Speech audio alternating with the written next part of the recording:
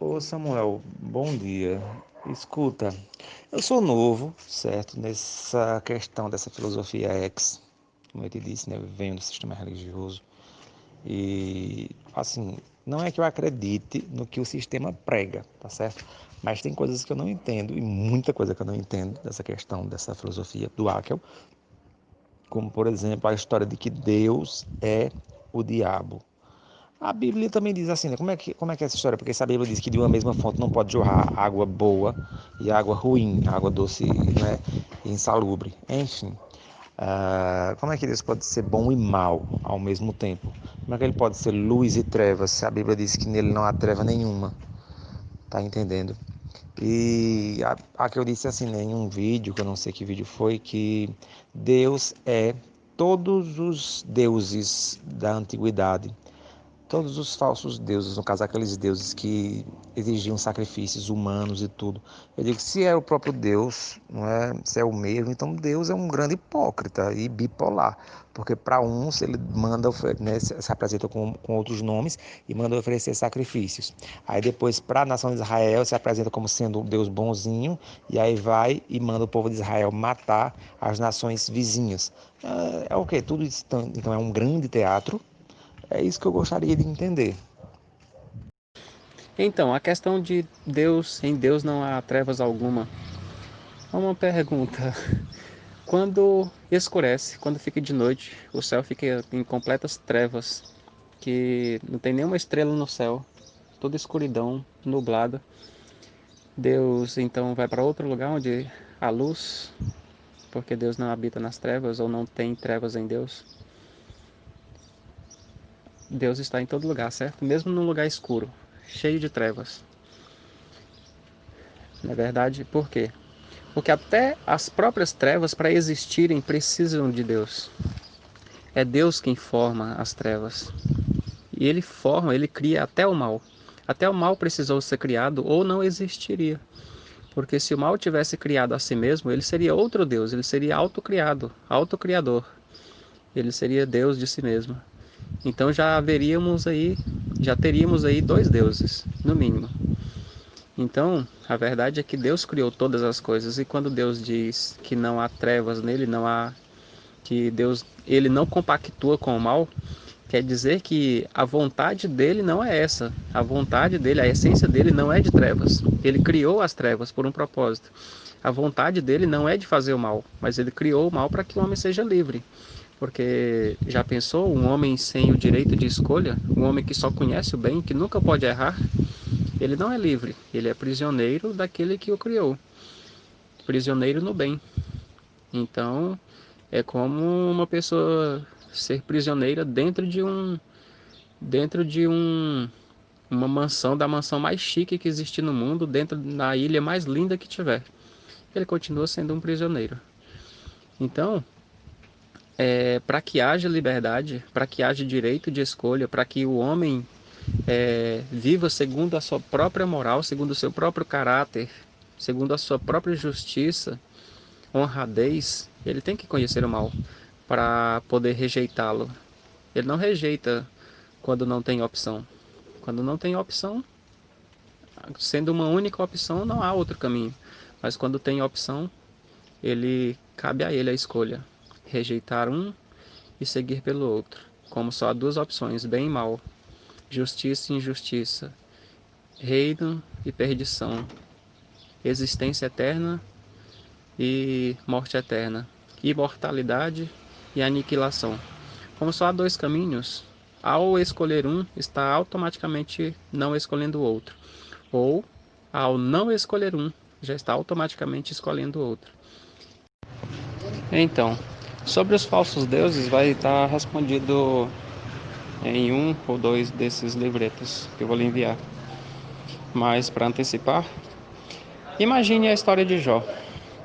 Deus faz a vida de Jó uma maravilha. É o homem mais bem-sucedido e admirado, sábio, que até os velhos, até os homens mais sábios se curvavam diante dele, punham a mão na boca para ouvi-lo falar, em respeito. Deus faz esse homem com esse poder todo, com essa glória toda. E depois Deus chama os filhos dele lá no céu, aparece Satanás, que já tinha sido expulso, não sei como foi que ele conseguiu entrar lá de volta. Eu acho que ele assassinou o anjo da porta do céu, que Deus tinha colocado para guardar, para não deixar mais ele entrar. Acho que ele assassinou o anjo e entrou lá. Aí se é de Deus mandar ele embora de novo, não. Deus recebe ele e vai trocar um papo com ele. Aí para piorar, Deus não só troca papo com ele, como Satanás joga uma pegadinha nele, faz uma provocação e Deus cai. Aquele homem para quem Deus tinha dado tudo, tudo, tudo, tudo. E era um homem fiel, íntegro, reto, um homem perfeito, nos limites humanos, um homem perfeito, um homem ideal. Aí Deus cai na provocação de Satanás, quer saber? Vai lá então, destrói a vida dele, acaba com a raça dele. Tudo bem. Aí Satanás vai e faz isso. Na verdade, Satanás diz assim: estende a tua mão. E Deus estende, Deus faz.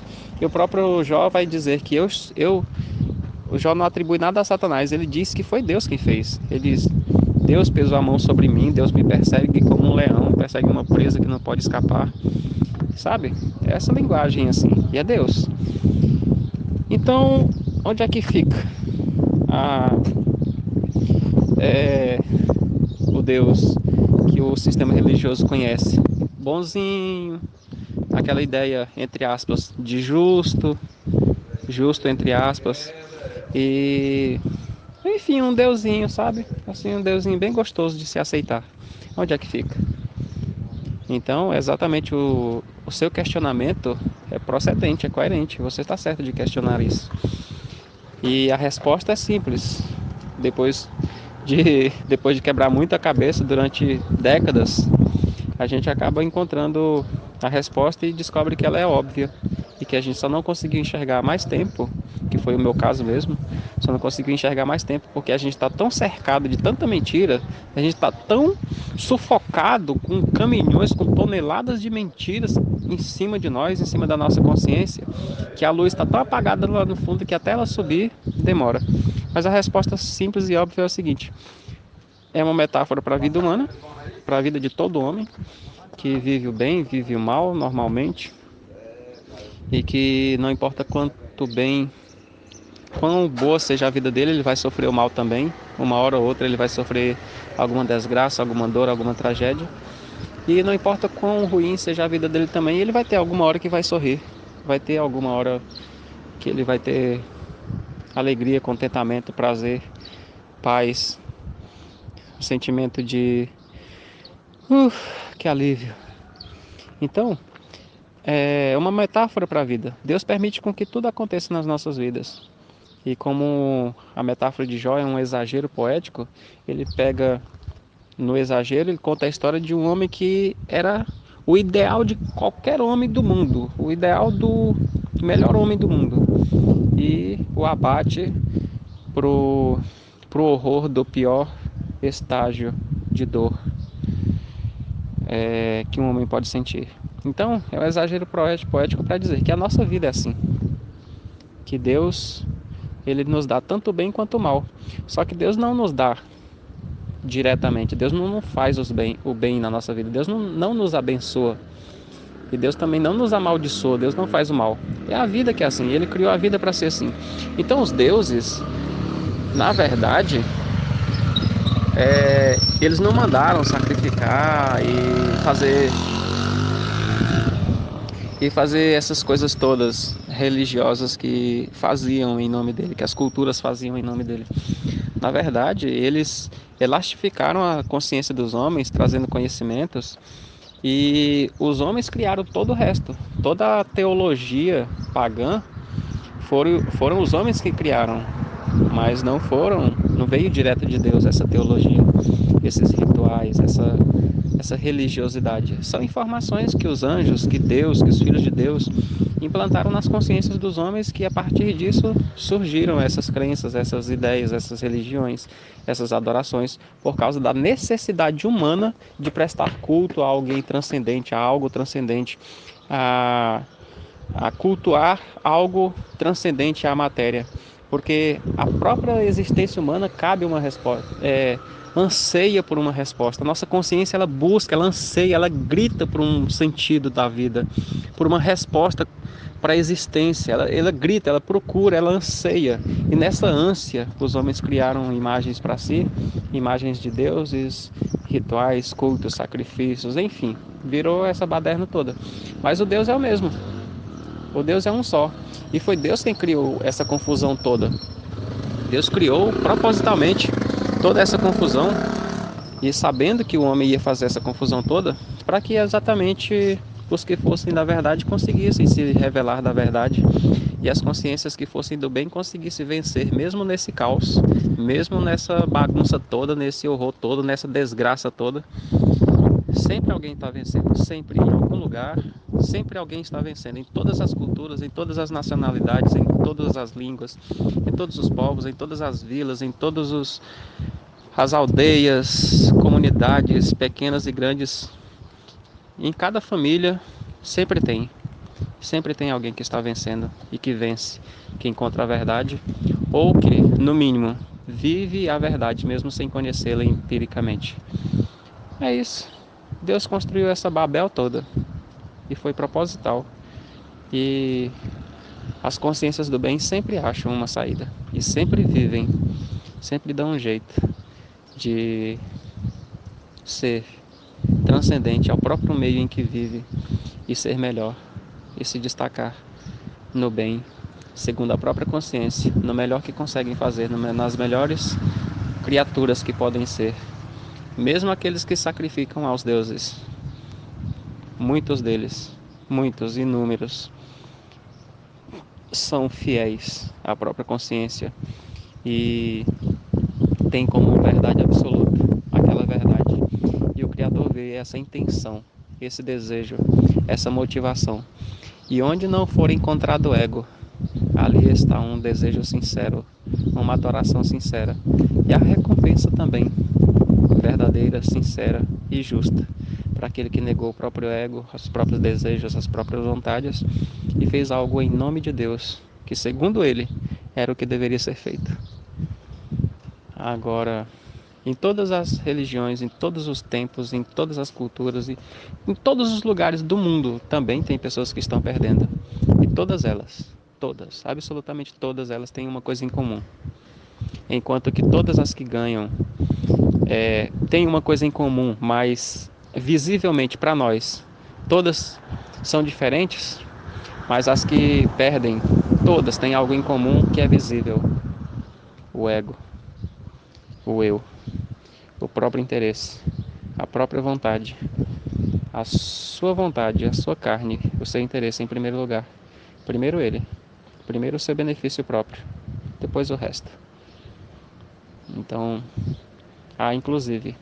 houve inclusive pessoas que sacrificaram outras pessoas aos deuses, mas que se sacrificariam também. E quantas que sacrificaram a si mesmas em nome do Deus que criam. Ou seja, elas não viviam para si mesmas. Elas tinham princípios que eram maiores do que a sua existência. E por mais que tivessem feito tudo errado, que tenham feito tudo, absolutamente tudo errado na vida, todas as suas obras tenham sido erradas, mas a sua motivação, a sua intenção de consciência era correta, era em direção ao que para ela era correto. Estava num sentido que era maior do que a sua própria existência. Essas pessoas receberão um pagamento justo da existência eterna. Porque se essas pessoas que foram capazes de se sacrificar por deuses falsos, imagina se elas conhecessem o Deus verdadeiro, do que elas seriam capazes por ele. É assim que Deus vê. Enxergar com os olhos de Deus, não existe nada mais lindo no universo. E a realidade que a gente vê diante dos nossos olhos da carne passa a ser apenas um filme, passa a ser apenas um filme transparente, quase que transparente, com algumas pequeninas sombras bem sutis, como uma chapa de raio-x que deu errado e ficou quase toda branca, quase toda transparente. E a gente enxerga quase tudo do outro lado. É assim, quando se vê com os olhos de Deus. Nada ou quase nada é o que parece. A realidade é sempre outra. A realidade está sempre por detrás do que aparenta ser a realidade. E os olhos de Deus penetram tudo isso. E quando nós adquirimos os olhos de Deus, nós também enxergamos coisas tão grandiosas assim, capazes de nos tornar absolvedores de pessoas que fazem coisas que, segundo os nossos princípios, são inaceitáveis e que também, dualmente, é capaz de repugnar um ato que aparentemente está tudo certo, mas que a intenção é corrompida, é errada. É assim. Essa é a mente de Deus. Essa é a visão de Deus. Essa é a realidade de Deus. Essa é a consciência de Deus, que criou a tudo por um propósito específico, simples, de criar o homem. Criou um mundo de caos, para o homem se revelar bom ou mal. Simples assim. Em qualquer que seja a circunstância, situação, sempre tem alguém vencendo, sendo o melhor naquilo. E sempre tem alguém perdendo. Que sejamos os vencedores. Agora que conhecemos a verdade, como conhecemos, sabemos de toda essa verdade, o que nos cabe? Sermos o melhor que podemos ser, com toda a verdade que adquirimos. Então, sacrifícios? Não mais. Deuses? Não mais. Por isso que uma vez que Deus se revelou ao povo judeu, ele não aceitou mais sacrifício a outros deuses. E nem que essas pessoas se curvassem a outros deuses. Porque sendo ele revelando o seu caráter verdadeiro, a sua essência verdadeira, a sua vontade original, se revelando para eles, agora eles não têm mais desculpa. Eles conhecem o original, o verdadeiro. Eles não têm mais desculpa para aceitar o falso, a cópia, a réplica. Então, uma vez que se conhece a verdade, não tem mais aquela desculpa do Deus perdoa, Deus não leva em consideração o tempo da ignorância. Enquanto você é ignorante, a verdade relativa é o que conta. É o que se faz tendo como verdade absoluta. É o que acredita ser o melhor, o que acredita ser um princípio moral, ético, de caráter, justiça transcendente. Mas quando se conhece a verdade absoluta, só ela serve, só ela se torna o padrão. E esse padrão se torna inatingível. E aí é que entra a graça, a misericórdia. Porque nós, uma vez que conhecemos a verdade absoluta, a verdade plena, a verdade original, a vontade real do Criador, nós nunca conseguiremos alcançar esse ideal, nunca conseguiremos subir lá no topo, nunca conseguiremos ser perfeitos como Cristo foi. Mas a nossa caminhada em direção a esse ideal, a esse topo, a nossa ânsia por alcançarmos esse objetivo, nos levará até lá, porque Cristo nos leva no que nos faltar para chegar. Ele completa a nossa caminhada, a nossa jornada. Mas para quem não sabe para onde vai, se ele quer ir para o lugar certo, qualquer tanto que ele andar, Deus já começa a contar. Qualquer passo que ele dá é em direção a qualquer lugar. Se a intenção dele é achar o lugar certo, o caminho pode estar errado. Deus começa a contar o desejo, a intenção, a motivação, e Deus sabe que se ele conhecesse o caminho certo, era para lá que ele estaria dirigindo os seus passos. Por mais que os seus passos estejam errados, quando Deus vê a motivação, Deus não o condena pela direção que está indo. Deus apenas o absolve, o justifica, o santifica, o purifica, o perdoa pela direção, porque ele não sabe, realmente não sabe. Mas o que ele está procurando é a justiça, a verdade absoluta, Deus, uma razão transcendente para viver a própria vida medíocre. É isso. É bem simples, né? Ai, Deus, é lindo. É lindo. E só para fechar, como diz no senso comum, com chave de ouro, as pessoas que sacrificavam para deuses falsos, para deuses pagãos. Imagina que o Deus verdadeiro pediu o filho de Jó, pediu em sacrifício o único filho que Jó tinha. Você me acredita nisso? Que o Deus verdadeiro pediu o único filho que um senhor teve depois da sua velhice, pediu em sacrifício? Olha, se o Deus verdadeiro pediu isso, imagina como ele entende as pessoas que sacrificaram os seus próprios filhos por deuses falsos, por deuses pagãos. Imagina, consegue entender que se ele mesmo, sendo verdadeiro, fez isso, imagina o quanto ele entende quando uma pessoa sacrifica por deuses errados, por causa da sua consciência, da sua cultura, do seu entendimento, já que o próprio Deus verdadeiro nunca se apresentou para eles. Se Deus conhece, se foi Deus quem plantou no homem essa necessidade, essa carência de Deus, essa carência de um Criador, como ele entende uma pessoa que sacrifica o próprio filho em adoração a um Deus que ele julga conhecer, que é falso, que é parcial, não é a imagem real do Deus verdadeiro e completo, pleno, mas que para ele é o melhor que ele tem, é o melhor Deus que ele conhece. E para ele, quem sabe, para muitos, quem sabe, fosse até o único. Entende como Deus entende? Deus entende. Deus, sendo verdadeiro, claro, não deixou Abraão concluir a sua obra, mas ele fez a mesma proposta. E Abraão aceitou a proposta. Deus retirou a proposta já no final, quando ele viu que Abraão ia conseguir, ele ia fazer, ele ia provar para Deus que ele era fiel, que ele era verdadeiro para com Deus. E para Deus conta como se Abraão tivesse feito.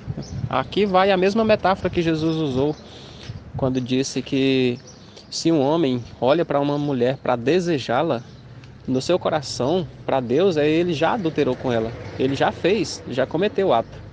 Porque o seu coração maquinou, projetou, pensou, idealizou. Então para Deus já aconteceu. Porque Deus vê esse entendimento, essa intenção, esse desejo, essa motivação, essa vontade e a escolha, a decisão de criar ações em cima disso, de projetar ações. Por mais que ele não conclua a ação, mas o fato dele projetar já conta como se tivesse feito. Então, na mesma lógica, no mesmo raciocínio, pelo mesmo princípio, Deus contou como se Abraão já tivesse realmente sacrificado o seu filho, porque ele ia, e foi Deus quem impediu. E havia sido Deus quem havia pedido. Entende? Então, se o Deus verdadeiro pediu um filho de um homem velho que não tinha mais condição de ter filhos, e que foi o próprio Deus que colocou a ânsia no homem por uma divindade, Deus entende e muito bem quem sacrificou com as intenções corretas e quem sacrificou a si mesmo pela mesma intenção. É isso. Deus é lindo que demais, quase incompreensível, mas que bom. Que bom que quando buscamos conhecê-lo de verdade, profundamente e com o conhecimento que a gente tem hoje, com os meios, tecnologia, com os meios de troca de informações que temos hoje, podemos finalmente chegar a esse entendimento, a essa grandeza de verdade que hoje temos, tão linda e tão de graça. Sou profundamente grato, feliz, realizado por isso, por esse entendimento, por essa sabedoria, por essa graça.